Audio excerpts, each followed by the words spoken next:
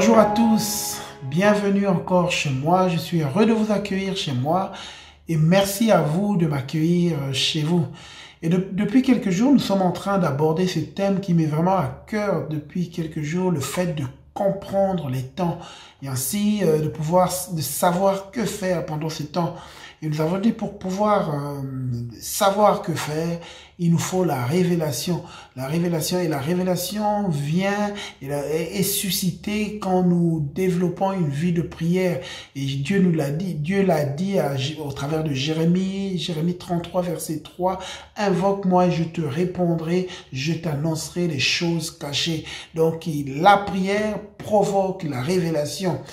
Et pour pouvoir prier, il faut apprendre à prier, il faut savoir prier. C'est quoi donc prier? Et nous sommes allés au pied de Jésus, comme les disciples étaient allés au pied de Jésus en disant, Jésus, apprends-nous à prier, montre-nous comment prier, quelle est la prière?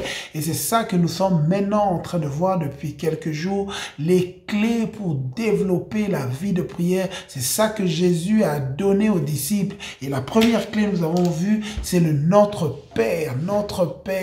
C'est la reconnaissance que j'ai un Père dans le ciel, qu'il est la source de toutes choses, qu'il est la source dans ma vie. Et une personne qui a pour Dieu comme source développera une vie de prière. Et la deuxième clé, que ton nom soit sanctifié, une personne qui sanctifie le nom de Dieu, qui craint Dieu, qui a le saint respect de Dieu dans son cœur, développera une vie de prière. Et la troisième clé, c'est le règne de Dieu, que ton règne vienne, que ta volonté. Et dans cette clé, nous avons parlé du fait de développer, de mettre en priorité le règne de Dieu dans nos vies, le royaume de Dieu, les destinées de Dieu. Et c'est vraiment... je vous invite, si vous n'avez pas écouté cette capsule, ce message, c'est le message de 10 minutes, prenez le temps d'écouter cela. Et nous avons parlé dernièrement le fait de demander à Dieu notre pain quotidien. Et aujourd'hui, nous arrivons à la cinquième clé qui est « Pardonne-nous nos offenses comme nous pardonnons à ceux qui nous ont offensés. » Et j'aimerais dire ceci, ici, c'est une clé très importante. C'est que Jésus dit, apprendre à se repentir, à demander pardon à Dieu. Mais cette prière de repentance que nous allons présenter à Dieu est conditionnée par notre manière de pardonner aux autres. Et donc pour dire que le pardon est une clé importante. Si nous ne pardonnons pas, Dieu ne pourra pas nous pardonner. Et si Dieu ne nous pardonne pas, comment pouvons-nous venir dans sa présence? Comment pouvons-nous vivre une vie de prière épanouie si nous n'avons pas le pardon de Dieu?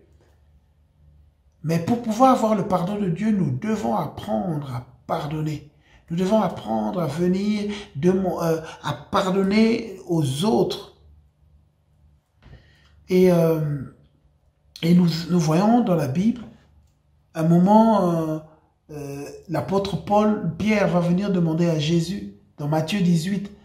Alors Pierre s'approcha de lui et dit, « Seigneur, combien de fois pardonnerai-je à mon frère lorsqu'il péchera contre moi? Serait-ce jusqu'à 7 fois ?» Et lui dit, « Je ne te dis pas jusqu'à 7 fois, mais jusqu'à 7 fois 7 fois. » Donc autant de fois qu'il faudrait, je dois pardonner. Parce que le pardon libère.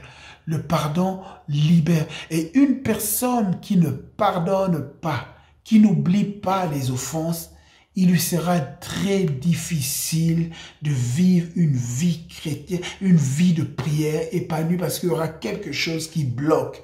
Et en ce moment, je viens dire à quelqu'un, tu dois te libérer. Le pardon ne libère pas les autres, mais le pardon te libère et permet à ta vie de prière de s'épanouir. Parce que si tu ne pardonnes pas, il te sera impossible de vivre une vie de prière épanouie. Nous devons apprendre à pardonner. Nous devons venir, que le Seigneur nous aide, Que le Seigneur nous aide dans les temps dans lesquels nous nous trouvons, apprendre à nous libérer des offenses. Apprendre à nous libérer des offenses.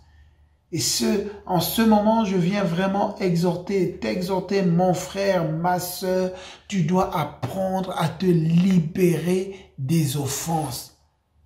À te libérer. Ne laisse pas les offenses prendre la place dans ta vie. Ne laisse pas les offenses prendre des racines dans ta vie.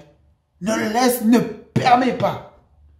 Parce que si tu permets aux offenses de prendre des racines dans ta vie, ça va bloquer ta vie de prière, ça va t'enfermer à un endroit et ta vie de prière. Et c'est pour ça, c'est quelque chose d'important. C'est une clé importante. Ne laisse pas les offenses dans ta vie. Proverbe 19, verset 11 dit ceci. L'homme qui a de la sagesse est lent à la colère. Il met sa gloire à oublier les offenses. À oublier les offenses. Tu dois apprendre à oublier les offenses. Et une autre traduction dit ceci. La prudence de l'homme retient sa colère. C'est un honneur pour lui de passer par-dessus le tort qu'on lui a fait. As-tu subi des torts? As-tu subi des torts? Est-ce que tu as été offensé?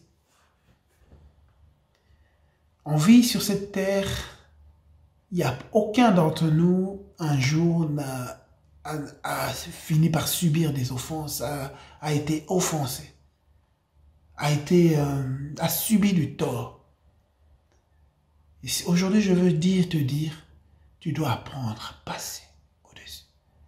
Laisse Dieu te donner la force d'oublier les offenses, d'oublier. Et ici, quand je parle d'oublier, c'est une action qui doit être faite en venant crier à Dieu pour que Dieu t'aide. Viens dans la présence de Dieu et dis-lui, Seigneur, aide-moi, aide-moi. Et c'est pour ça que cette prière, elle est faite en demandant à Dieu, pardonne-moi, comme je pardonne. Mais je viens te demander, aide-moi à pardonner, aide-moi à pardonner. Donne-moi la force nécessaire pour pouvoir pardonner, pour être libre moi-même.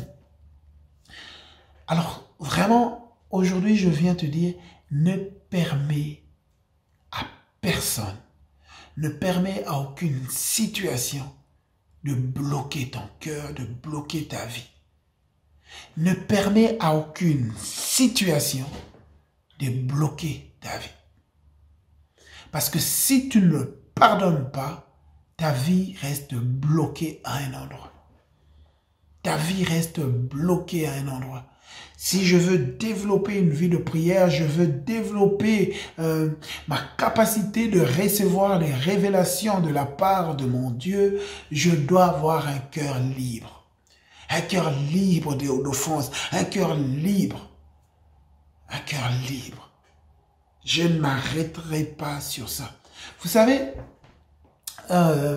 Joseph, non plutôt David, quand il allait se battre contre le Goliath, au moment où il était proche de tuer Goliath, il y a son frère qui arrive et qui commence à porter des jugements sur lui. Il commence à porter des jugements, tu es un orgueilleux. Qu'est-ce que la Bible dit? Que David passa outre. Il passa outre parce qu'il était proche de faire tomber le Goliath de David. Et j'aimerais dire à quelqu'un, chaque fois que nous arrivons proche de faire tomber les Goliaths de nos vies, il y aura des gens qui viendront dire des choses qui vont te faire mal. Il y aura des gens qui viendront te blesser. Il y aura des gens qui vont faire des choses alors que tu es proche de faire tomber le Goliath de ta vie. Alors je te dis, fais comme David, passe outre. Ne garde pas ces choses dans ton cœur. Ne garde pas ces choses dans ta vie. Passe outre et viens dans la présence de Dieu. Demande-lui pardon. Demande-lui qu'il t'aide à pardonner. Et alors que tu vas pardonner, ta vie de prière va être puissante. Les Goliaths vont tomber dans ta vie. Les choses vont changer dans le nom de Jésus. Que le Seigneur te bénisse abondamment. Voilà la fin de notre capsule numéro 5. Nous arrivons à la fin. Que le Seigneur te bénisse abondamment. Et nous nous retrouvons pour notre prochaine clé dans le nom de Jésus.